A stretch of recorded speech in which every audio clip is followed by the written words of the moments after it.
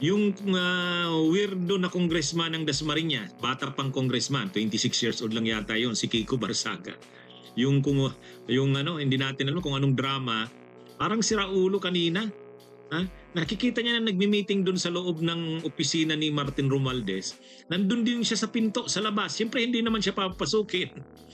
Ha? Naghihintay lang, nandun sa labas, parang aso. Parang sira ulo talaga itong si Kiko Barsaga.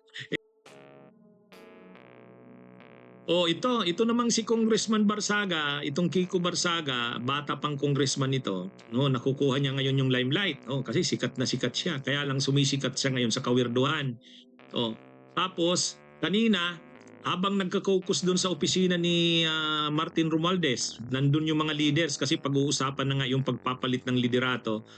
Hindi naman siya imbitado doon, hindi naman siya doon kasi hindi talaga siya pasukin doon. Kinakalaban niya ang speaker Nandun lang siya sa pinto. Naghihintay sa labas. Nang hindi siya pinapasok, kumuha ng upuan. Yun, nakita niyo sa picture, naupo dun sa labas ng opisina ng speaker.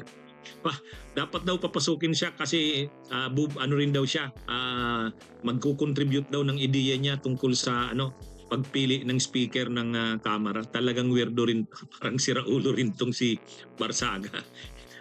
Pero natutuwa siya dyan. Sabagay, nakukuha niya ang media, attention, yan yata yung habol niya Yan yata yung habol niya. Alam nyo, okay naman sana itong ang mga pinaglalaban nito ni Barsaga na si Romualdez nga ay mapanagot din, maimbestigahan. Tama naman yun. Kaya lang, ang problema niya, pag tiningnan mo na yung background nito, nung eleksyon ng 2022, yung ama niya, yung yumaong Congressman Pidi Barsaga, Leni yun. Habang nagsasalita sa stage, i-endorse si Leni, umakyat ito. Pag akyat doon, sinabihan yung ama niya, kunin ko nga, patingin nga yung lista mo. Tapos, hindi man lang ginalang yung ama niya, matanda na yun Tapos, inanunsyo niya, bakit Leni ito? Hindi Leni, dapat Marcos. Kaya Marcos Duterte talaga siya. At ngayon, sa tingin natin na nag-aaway na ang Marcos at Duterte, parang Duterte ito. Duterte talaga ito. Kinakalaban niya si Vico Soto, kinakalaban niya si Lacson, kinakalaban niya si Senate President Soto. Lahat kinakalaban. Ngayon, dahil nga talaga mainit ang issue kay Martin Romualdez, di syempre, ang mga tao, talagang yung galit ng tao sa korupsyon, lalo na yung hindi nagpapaliwanag ang Kamara, sila Romualdez, sila Saldico, talagang ang tao galit na. Ngayon, umabot na sa punto na nag-resign na si Martin Romualdez. Kasi hindi na rin kayang proteksyonan kahit ni PBBM. Madadamay na, nasisira na ang Kamara, nasisira na rin si PBBM. Naobliga na si Romualdez na mag-resign. Ngayon, syempre, tuwang-tuwa itong si Barsaga. Sabi niya, dahil siya raw ang naghamon kay Martin Romualdez, at nanalo daw siya, dapat siya daw ang gawing speaker. Sira ulo talaga.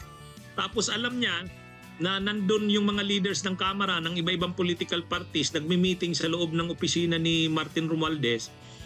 Pumunta rin doon. Kaya lang siyempre hinarang siya ng gwardiya doon sa may pinto. Dahil hindi siya pinapasok, kumuha ng upuan. Ayan, naupo. Nandiyan, kita niyo sa picture. Talagang parang siraulo rin itong si Barsaga. Parang siraulo rin ito. Siya daw ang karapat dapat maging speaker. Kasi daw siya yung humamon sa speaker at natalo niya ang speaker. So dapat sa kanya yung pagiging speaker.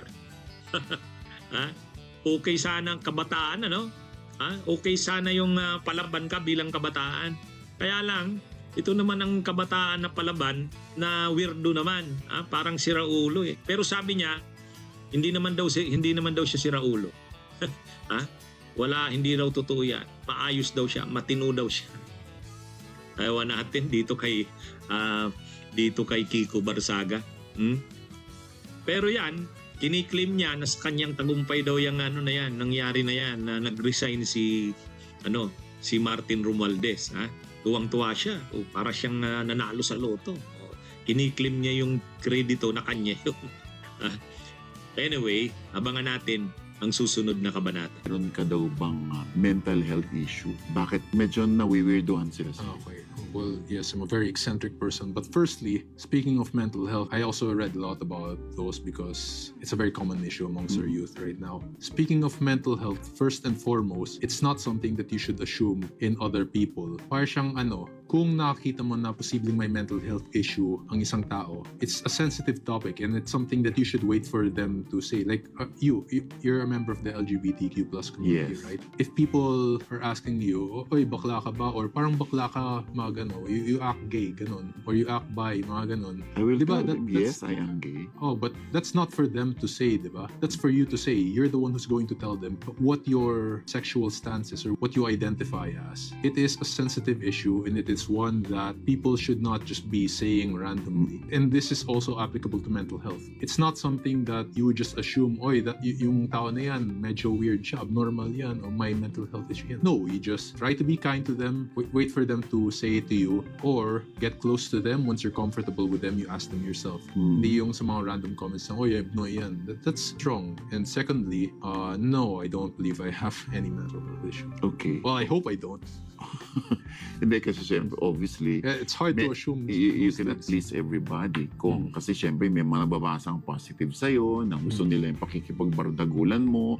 Yung iba naman ay ayaw. Tapos medyo nawiwirduhan sa'yo. Kasi nga parang hindi nga siya pang politician na behavior daw. So, maiintindihan ko yun kasi ngayon lang sila nakatagpo or naka-encounter na tulad mong politician na walang breaks, oo, yung tsaka no restrictions. walang purely free. tsaka walang awat-awat. Talagang sasabihin niya kung ano yung nasa sa loob niya. So, ganun ka. Thank you. Bunyog, bunyog, halikan na kasama ka. Bunyog, kapag buklod ay may pag-asa. Luzon, Visayas, Mindanao, isa ang pananaw.